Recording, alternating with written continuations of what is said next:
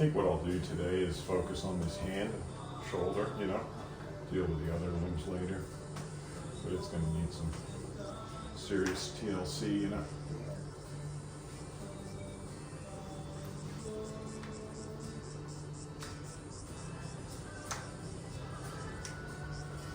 When you're teaching somebody, Yeah. how much is it, you know, like you're a natural born healer, Mm-hmm. they're intuitive, you know, and how much is it can be learned that makes, like that girl again, that French girl, Mm-hmm. she was impressive. Yeah. I was like, wow, you know. So I mean, how much of that is, like I say, natural born inclination, you know, like somebody pick up some guitar. Mm. If you're not a musician, you that's all you want. Yeah. You're never going to be good. Yeah. You know, but other guys pick it up and they self-taught and they're great. Yeah. You know, because, you know, previous life or whatever. Mm-hmm. You know. Yeah. So what's your experience in that regard? I think that the key component to being a good therapist is empathy. I would say if you had to narrow it down to both empathy and ability to tune into chi and energy, you know, Mm-hmm. because everything else can be learned. Techniques can be learned. Pressure can be learned. There's ways that you can get the right pressure. But if you have empathy, you know what is the correct pressure. Mm-hmm. You're not going to be too heavy, you're not going to be too light, you know?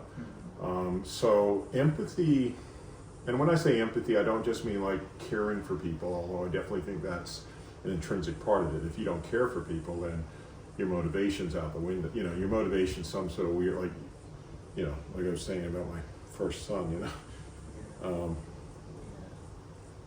Whatever, you know, like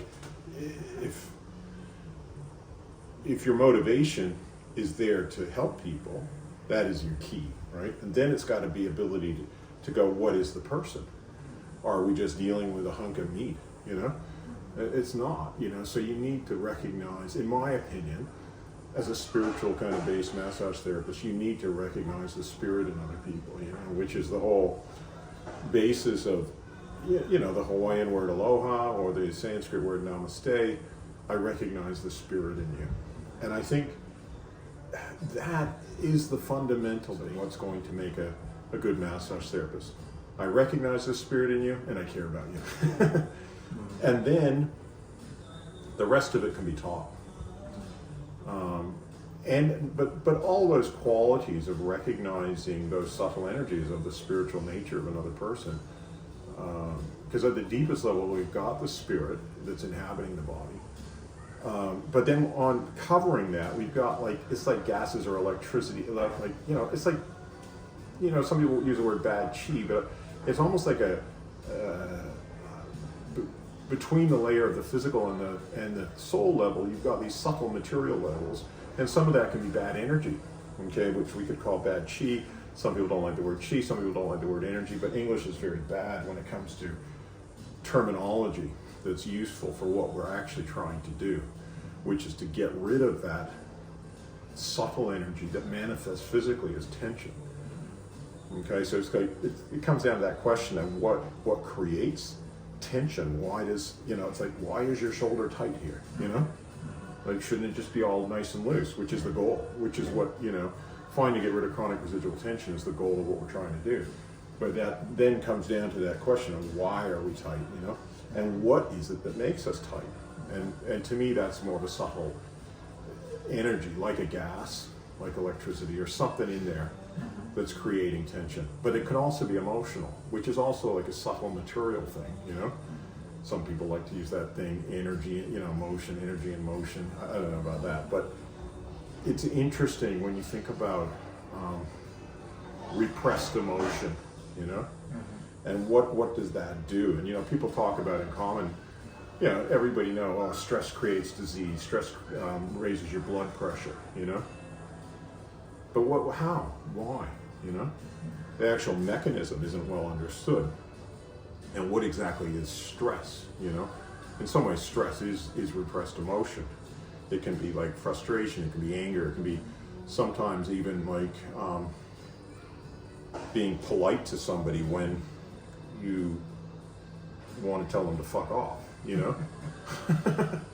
Yeah. You know, like the English, you know, the stiff upper lip thing of the English, you know, and like how English society, they tend not to, you know, people talk about them being passive aggressive, or, you know, Canadians can be passive aggressive, people say, you know, where you're not actually just speaking your mind. That can actually create tension as well. So it's what makes a good therapist, coming back to your original question, and to me, is somebody also who can, first of all, has you kind of don't have a judgmental frame of mind in terms of like people's emotions and things like that either, because you recognize they aren't their emotion, you know, and we're dealing with a lot of people who have gone through some very messed up situations. Some of it, you know, we could say underneath it, it's all everybody's karma, but you know, what about a kid who was sexually molested, you know? Yeah. Underneath, yeah, it could be their karma, but they're still messed up from it, you know? And our job is to help. You know? And so we've got to recognize who is the real person and who is, I call it like the fake person. Because the fake person is like a straitjacket that creates tension. And we're getting rid of that fake person. And we're getting back to the real person, because a person feels way more in touch with themselves when they have no chronic residual tension. They feel physically better. And as I was saying to you last night, some tension is purely physical. I was working on an athlete, because I got a thing to commission or whatever to teach at the New Zealand Institute of Sport, and there was a girl there that was a javelin thrower. She had a very tight shoulder, and I worked her, really hard, you know, and not a drop of emotion came out, because her shoulder was tight because she was throwing a javelin. And so, but that's not common, but that occurs, you know. So we have physical tension, and then we have a lot of mental and emotional tension. Just let me know if you can feel this, you know, if anything's sort of uncomfortable in any way. I can go a little bit like, yeah, I think this finger is definitely involved in your shoulder being bad. So as I say, we got bands of tension, you know, that are coming through here, coming right up into here, for example. You can feel how tight you are in there. So it's coming from this finger, but it's... How can you tell it's that finger not? It's also a little bit from this finger, but you feel how this joint moves better? It's more free. Whereas when we move this joint, it feels more stuck. So that's a good signifier to me that this is the source of it. When you got a stuck joint, and this occurs, you know, a lot of elderly people are getting arthritis. Arthritis is an extreme form of built-up tension. And so I diagnose a lot from these joints. And I can go, okay, that one's not too bad. It has a bit of movement. This one, it just feels stuck, and you know. And then this one, not great, but not too bad. It's a bit tight there, you know, which is going to be adding to this tension. So the different parts of the shoulder are going to be affected by different fingers. So the closer you get, like you can see how this is very pronounced on you. That's going to be more likely to be coming from your thumb, and you can feel how tight you are there. And your thumb doesn't want to pull; it's stuck, so it's really tight, like in here. So this is what I call the inner thumb band coming through here and getting right into here. So to release different aspects of your shoulder will come from. So my primary diagnosis on yours is going to be this finger and your thumb. Yeah. But not to say that the others aren't involved, but they'll be playing lesser roles, you know. And you can see how intense that is when I'm using the chopstick on the very tiny bits of the band. So what I want you to do is just to go deep inside and get that breath going into your belly. And I'm going to try and figure out the maximum that you can handle before you tighten up against me or pull your hand away. And then I'll work, and if that's a 10, then I'll work up to like a 9.9, you know, up there, but then I'll go down to a 7, like in a wave-like motion. So I won't keep you up at your maximum the whole time, because I want you to be able to breathe and also get rhythmical in terms of going inside yourself. So the relaxation of your brain wavelengths as well. Yeah.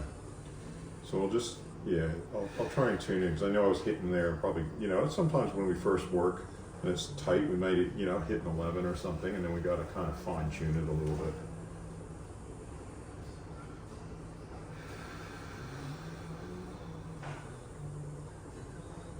can change the angle of the chopstick slightly too to get into it. That's good.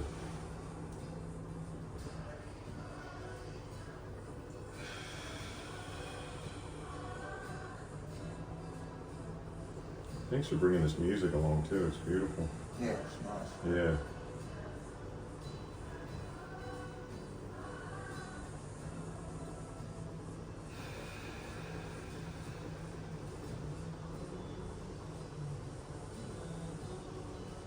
And this point is like I call, this is a very important point here.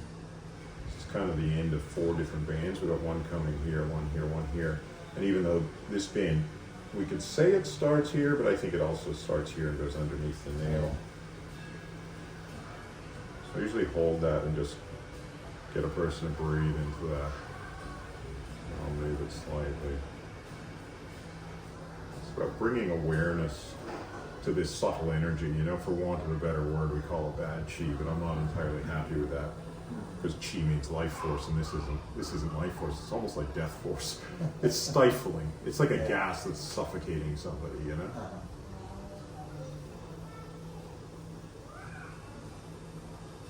It's interesting how language can limit us. If we don't have a word in our language for something, then it can, or we have a word that people use like energy, and then a lot of people misuse that word to make it kind of bullshitty, Then it's like, okay, what do we call this? Good.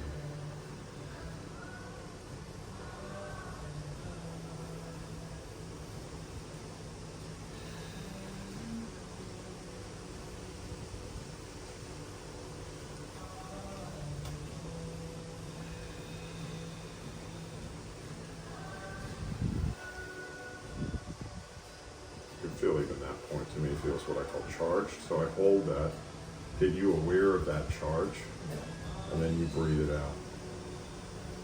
That's why I like to say we're a servant of the breath. And I usually like to deep breathe so that I don't pick any of that up. And then I just change the angle slightly, and ever so slight gentle movements. So yeah, as I say, the most important thing to develop is that awareness. I like kind of close my eyes like I'm doing now if I want to see better, and I can see it kind of like an X-ray into your hand. It's amazing how we have these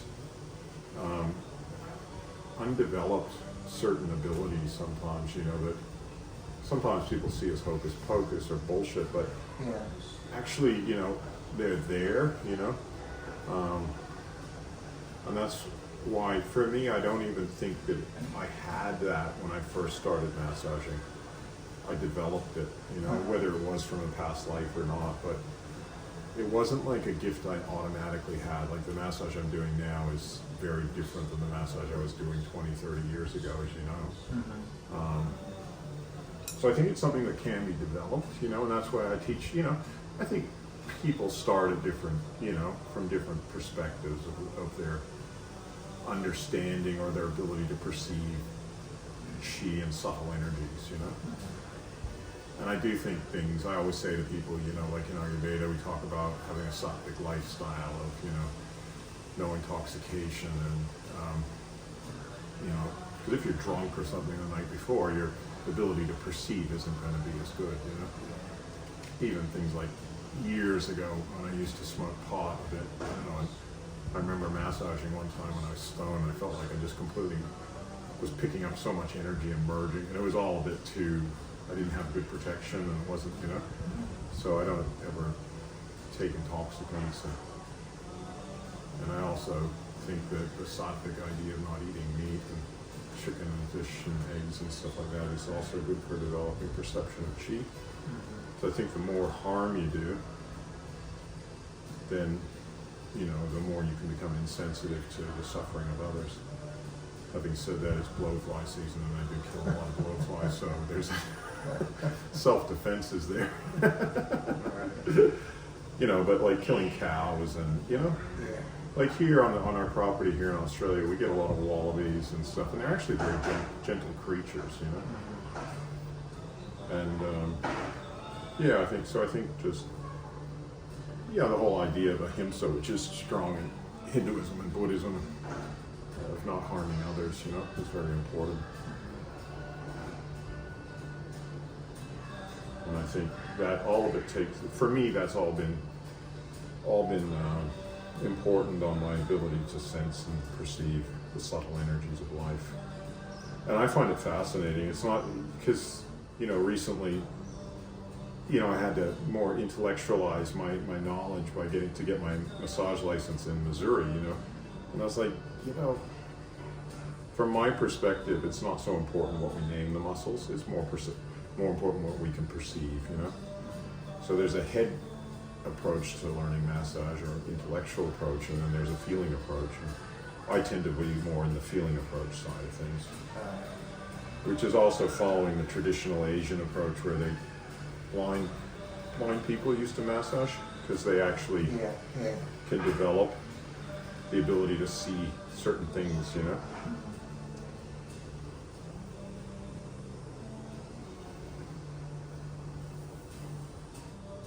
You know, after 35 years of doing it, I still find it really interesting. You keep learning. Oh, you keep learning, and it's one of those things you don't really ever stop learning, you know, like, especially the fact that there's 7 billion people on the planet. I mean, it's just like, you're always going to see somebody with a new imbalance, a new condition, a new something, you know.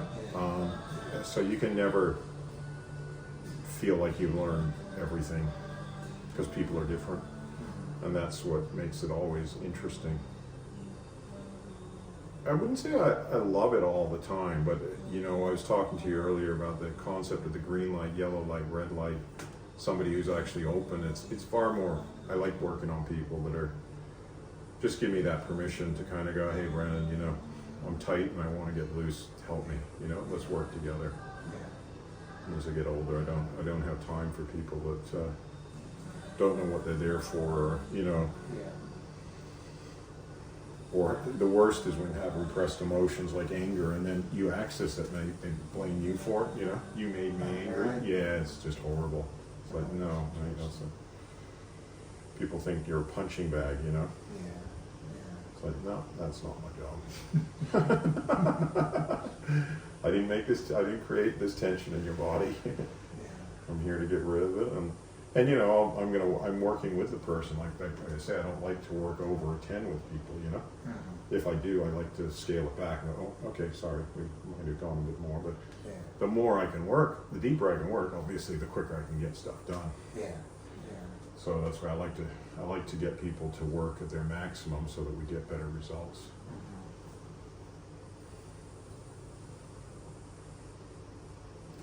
This is like, so this is called an acupressure pen that I'm using. Just so you know, it's a lot more precise than my finger. There's a bit of a difference in the feeling between wood and metal.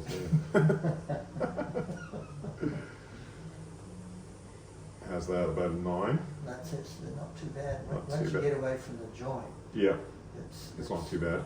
Okay. It's always that first one too, that's always a bit more, it's there, right? Yeah, I can feel that.